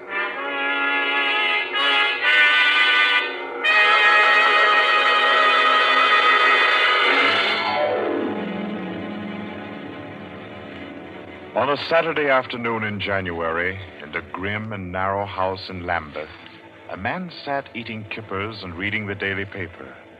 He was smallish and spare, with brown hair rather too regularly waved and a strong, brown, pointed beard. His double-breasted navy blue suit, his socks, tie, and handkerchief were all scrupulously matched, and his brown boots just a trifle too highly polished. He did not look a gentleman, not even a gentleman's gentleman. Yet there was something about his appearance which suggested that he was accustomed to the manner of life in good families. A superior butler, perhaps, yet not old enough to be retired. A footman who had come into a legacy, yes. He had just finished eating, and he was sipping his coffee when a slight noise at the front door caught his ear. Swiftly, too swiftly for a quiet little man sitting eating kippers and reading his paper on a Saturday afternoon, he sprang up. He dashed through the small hallway and he flung the door open. Of course, no one in sight. The society is at least dramatic in its delivery of its correspondence. And as if he knew what he would find, he shut the door and turned to the hat stand in the hall. An envelope had been placed there. It was addressed to Joseph Rogers. So Mr. Rogers opened the note. Number 21. An extraordinary general meeting will be held tonight at the house of number 1 at 11:30. You will be absent at your peril. The word is finality. Finality. Yes, I think so. The man called Joseph Rogers stood for a moment, studying the note. Then he strode to the rear of the house, to a tall safe built in the wall. Carefully, he manipulated a dial. He swung the safe door open. He stepped inside, into a small strong room. He opened a drawer marked correspondence, placed the note inside, and then came out again. A moment to reset the lock for a new combination, and then he went back into the living room. He reached for the telephone. He lifted it from the cradle and then reconsidered. Too dangerous. He hurried upstairs and clambered into an attic. In the furthest corner, he searched for and found a knothole in the woodwork. He pressed it.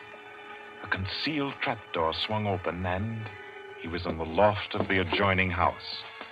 He paused before 3 cages, in each of them a carrier pigeon. Carefully, he wrote a note. Slipped it under a pigeon's wing. There you are, my pretty. There, take it easy now. There you go. Lie straight. 4:30. I'll send another pigeon at 5 and the third at 6. I should have my answer by 9:30 at the latest. Oh, I forgot one thing, most important.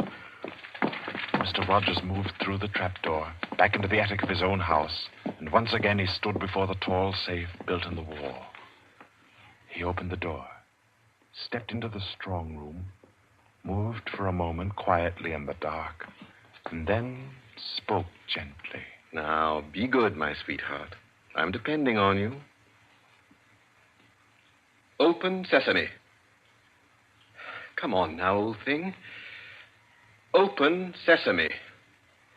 Open sesame. That's better. That's very much better.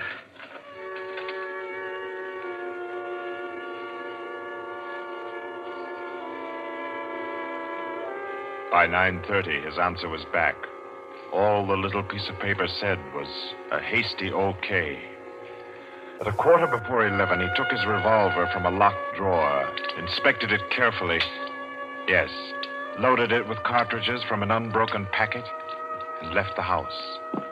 He walked quickly, keeping well away from the wall. And when he climbed on a bus, he sat next to the conductor, where he could watch all who got on and off. By 25 minutes after 11, he was out on lonely Hampstead Heath, pausing in the shadow of a large tree to adjust a black velvet mask, on which, in white thread, was stitched the number 21. Then he stepped briskly to the door of the villa that lay before him and...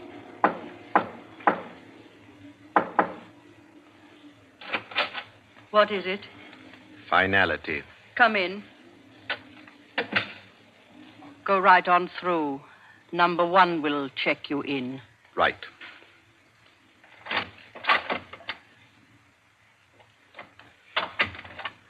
$21, sir. Lift your mask. Very well, 21. You may go on to the meeting room. Thank you, sir.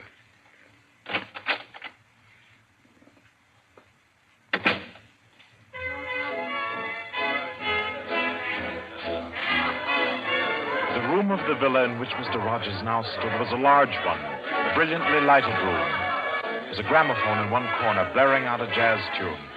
To its rhythm, couples, masked men and women, were dancing. Some were in evening dress, some in tweeds and jumpers. In another corner of the room was the bar. Mr. Rogers went up to it and asked the masked man in charge for a double whiskey. He consumed it slowly, leaning on the bar. The room filled. Presently, someone moved across to the gramophone and stopped it. Mr. Rogers looked around. Number 1, the massive gentleman in evening dress who had checked him in, appeared on the threshold. A tall woman in black stood beside him. Her mask, embroidered with a white number 2, covered her hair and her face completely. Only her fine bearing, her white arms, and her dark eyes, shining through the eye slits, proclaimed her as a woman of power, of physical attraction. The masked dancers were silent now as number 1 spoke. Ladies and gentlemen, we are short 2 members tonight. I need not inform you of the disastrous failure of our plan for obtaining the plans of the Court Windlesham Heliscoper. Our courageous and devoted friends, number 15 and number 38, were betrayed and taken by the police. Some of you might fear that under examination these 2 would break down and give away our society. There is no need for such a fear. I gave the usual orders, and their tongues have been silenced. Their defense will be discreetly compensated in the usual manner. I call upon number 12 and 34 to undertake this agreeable task.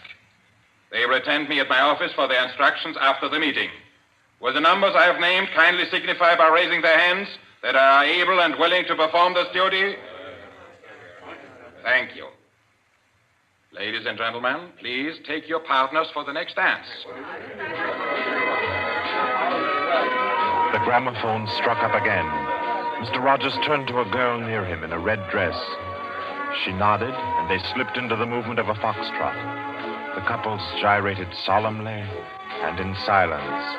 Their shadows were flung against the blinds as they turned and stepped to and fro. The girl in red spoke to Mr. Rogers. What's happened? I'm frightened, aren't you? I feel as if something awful was about to happen. It does take one a bit short. Number 1's way of doing things, but it's safer like that. Oh, those poor men. No talking, please. You know the rules. Sorry. In silence, the dance continued. And then it came to an end. And then when it had finished, the dancers came again to where number 1 sat and waited with tense eagerness for him to speak. Ladies and gentlemen, you may wonder why this extraordinary meeting has been called. The reason is a serious one. The failure of our recent attempt was no accident. The police were not on the premises that night by accident. We have a traitor amongst us. This last failure was not the first. You'll remember the unfortunate way in which the affair of the Dinglewood pearls turned out. And there were others. However, I am happy to say that our minds can now be easy. All these troubles have been traced to their origin. The offender has been discovered and will be removed. The misguided member who introduced the traitor to our ranks will be placed in a position where his lack of caution will have no further ill effects. There's no cause for alarm. Ladies and gentlemen, please take your partners for the next dance.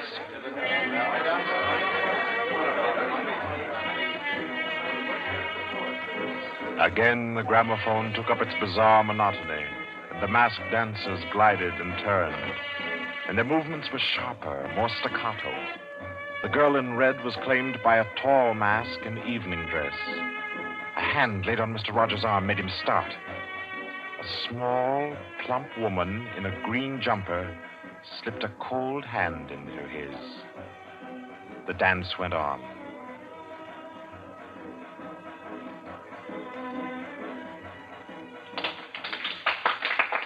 When it stopped, everyone stood detached, stiffened in expectation.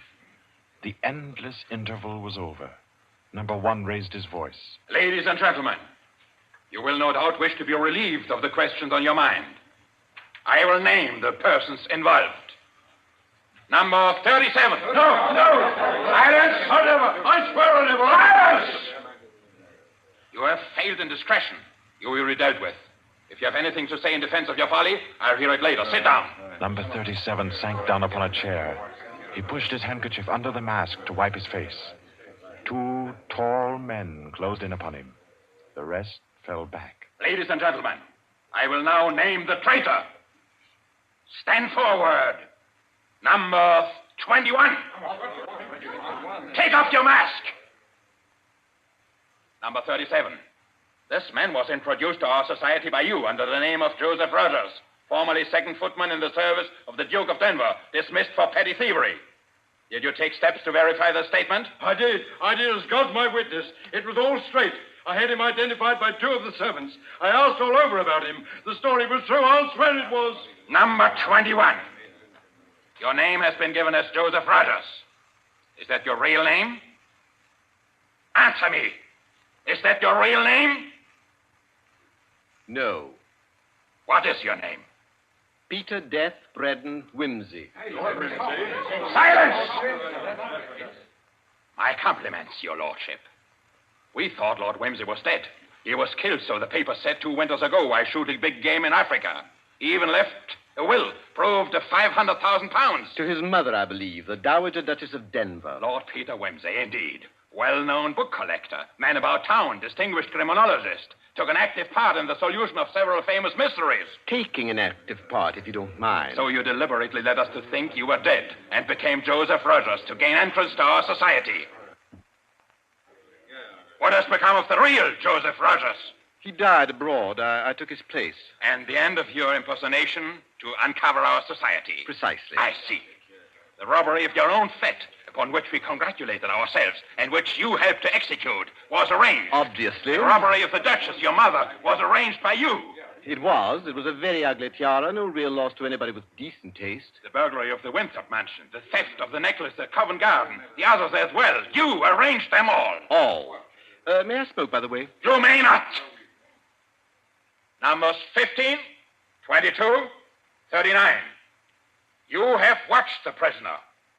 Has he made any attempt to communicate with anybody? None. His letters and parcels have been opened. His telephone tapped and his movements followed. Even the water pipes in his house have been under observation for Morse code signals. You're certain? Absolutely. Then we may be sure that he has been alone in this adventure. Well, ladies and gentlemen, please take Very well. Take the prisoner away. And be sure you explain carefully to him first the manner of his death. I am sure he'll enjoy it. Wait, at least you can let me die decently. Take him away. Stop, I have something to say, something to sell. We make no bargains with traitors. No, but listen. Do you think I haven't thought of this? I'm not a fool. I've left a letter. To whom? To the police. If I don't return tomorrow, it'll be opened. It's a bluff. The prisoner sent no letter. He's been strictly watched for months. I left the letter before I came to Lambeth. Then it can't contain no information of any value. Oh, but it does. The combination of my safe. Indeed? Has this man's safe been searched? Yes. What did it contain? No information of importance, sir. An outline of our organization, the name of the house, Nothing that can't be altered and covered before morning. And did you investigate the inner compartment of the safe? You hear what he says, did you? He's trying to bluff. There is no inner compartment. I hate to contradict you, but I'm really afraid you must have overlooked it. And what did you say was in the compartment, if it does exist? The names of every member of this society with their addresses, photographs, and fingerprints. How did you say you contrived to get this information? By doing a little detective work on my own. But you've been watched. True, the fingerprints of my watches adorn the first page of the collection. That statement can be proved? Certainly. The name of number 40, for example... Stop! If you mention names here, you will certainly have no hope of mercy. Bring the prisoner to my office. Ladies and gentlemen, take your partners for the next dance.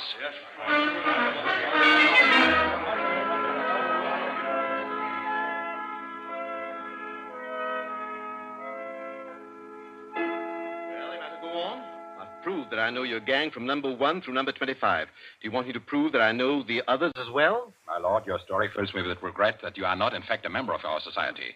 Wit, courage, and industry are valuable in an association like ours. I fear I cannot persuade you. No, I suppose not.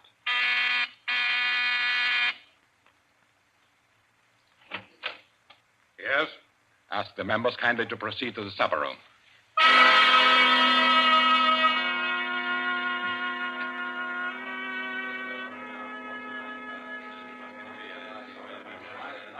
Ladies and gentlemen, I'll not conceal from you the seriousness of the situation. The prisoner has recited to me 25 names and addresses which were thought to be unknown except to their owners and to me. There has been great carelessness.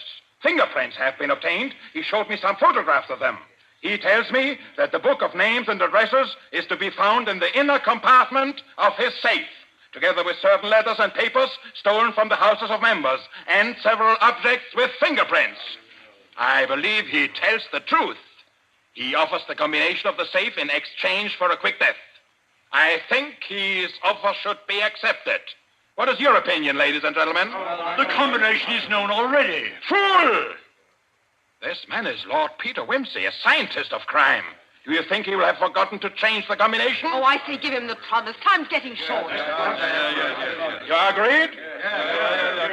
It's a bargain, Wimsey. What is the combination? The word of the combination is unreliability. And the inner door, the inner compartment? In anticipation of the visit of the police, the inner door is open. Good. Number 12 and 36. You will go to the prisoner's house and...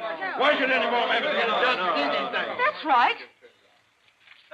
I agree. Nobody ought to be trusted. Then what, ladies and gentlemen, do you suggest? You go yourself. You're the only one that knows all the names. You go yourself. I second that motion. Is the wish of the meeting, then, that I should go? No. I say no. No, don't go. Number 1 is our president, the head and soul of our society. If anything should happen to him, where should we be? You've all blundered. We have your carelessness to thank for all this. Do you think we should be safe for 5 minutes if he were not here to repair your follies? Well, there's something in that. If you will pardon my suggesting it, the lady appears to be in a position peculiarly favorable for the reception of the president's confidences. The contents of my modest volume will be no news to her. Why should she not go herself? Because I say she must not. If it is the will of the meeting, I'll go. Give me the key of the house. Here. Is your house watched? No. If I have not returned in 2 hours, act for the best to save yourselves. And do what you like with the prisoner.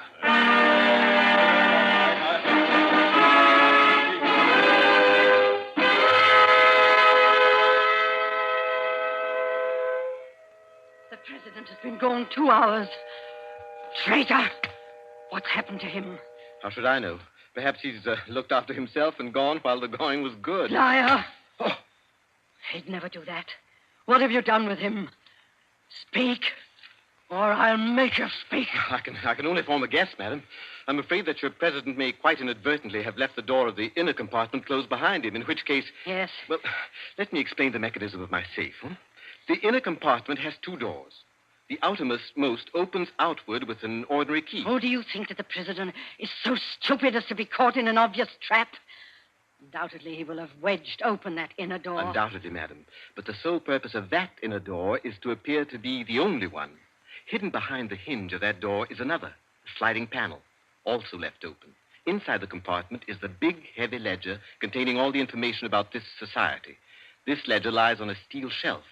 Do I make myself clear? Oh, yes, go on. The steel shelf is balanced on a concealed spring.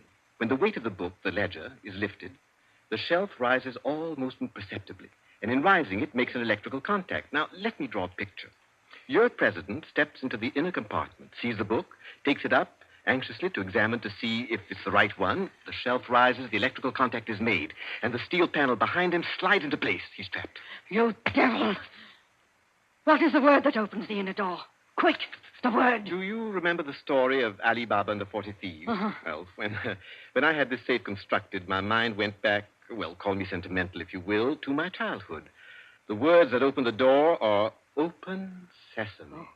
How long can a man live in this devil's trap of yours? Oh, I should think he might hold out for a few hours if he didn't use up all the oxygen by hammering and yelling. I imagine if we go there at once, we'll be able to get him out all right. I'll go myself. I think you'd better take me with you. Why? Well, I'm the only person who can open the door. But you've given me the word. Yes, you have the word. But this door of mine, I'm rather proud of it. You know, it's my own invention. It's the latest thing.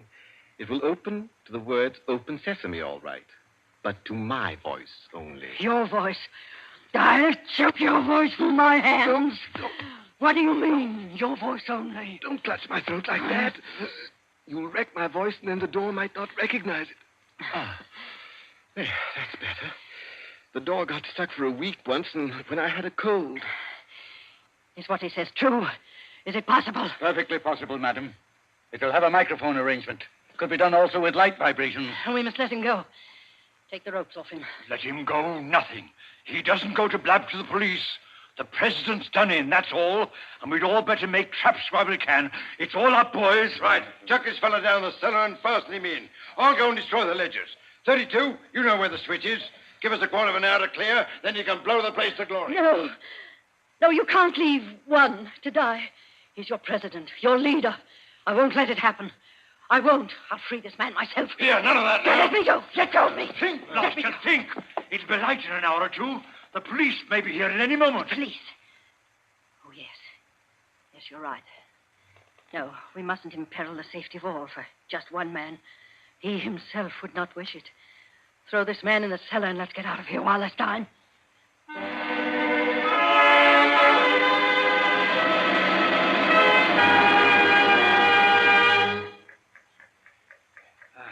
Here.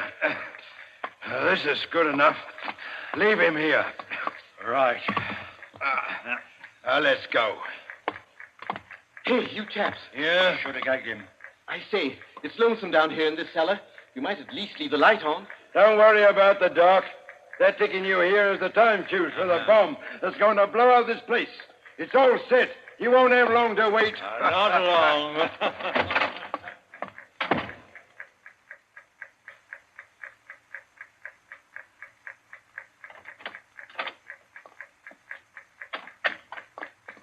Who is it? Who's there? Hold still, so I can cut the ropes. Well, if it isn't two. My compliments, madam, on your loyalty to your president. Quick. They've set the time fuse. The house is mine. Follow me as fast as you can. Number one must be saved. And only you can do it. Well, how did you manage to? There's no time for questions. Get up and follow me. You will release him. You promise. I promise. But I warn you, madam, that this house is surrounded. When my safe door closed, it gave a signal to Scotland Yard. All the members of the society are taken. Never mind them. Here, outside. Quick. All right, who's there? Is that you, Inspector? Get your fellows away, quick. The house is going up in a minute.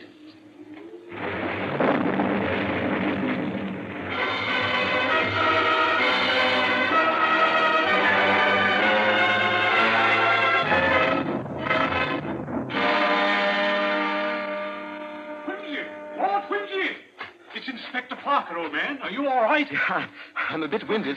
What's happened, Inspector? Oh, about half a dozen of them got blown up. The rest we bagged. Hurry, we must hurry. Who's this? One of the gang. She's called number 2. We must save him. We must. Golly, I clean forgot the gentleman in the safe. Parker, where's your car? It's down the lane. Send one of your men down to get it. Right. Johnson, bring that car here. Yes, sir. I've got the number 1 of the whole company, quietly asphyxiating at home. I promised we'd get back and save him. He's the bloke that we've been wanting. The man at the back of the Morrison case and the Hope Wilmington case and hundreds of others.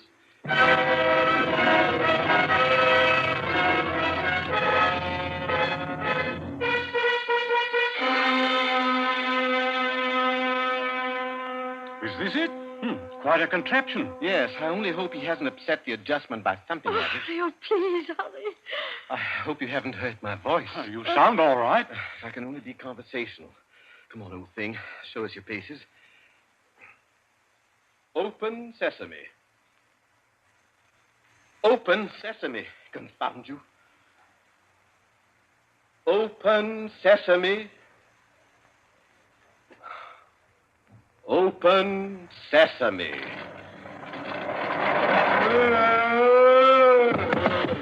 He's dead. Let me see. No, he's not. He lived to stand his trial.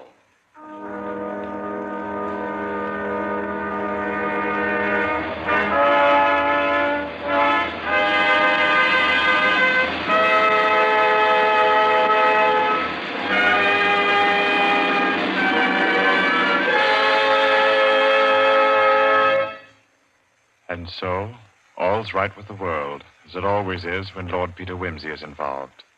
The Cave of Ali Baba by Dorothy Sayers was the story which gave us tonight's Suspense. Suspense is produced by William Spear. Our guest director for this evening was Robert Louis Sheehan. Tonight's radio drama was written by Peter Lyon and scored by Bernard Herrmann. Romney Brent was Peter Wimsey, William Moulton played number 1, and Ira Gerald, the lady in the case. Others in the cast were Kathleen Cordell, Victor Beecroft, Roland Bottomley, J.W. Austin, William Podmore, Ian Martin, and William Moulton. Next Wednesday, Suspense will not be heard because of a special all-star Hollywood broadcast which Paramount Pictures will present. 2 weeks from tonight, at this time, Columbia will bring you another selected story from the world's great literature of thrills. Another study in suspense.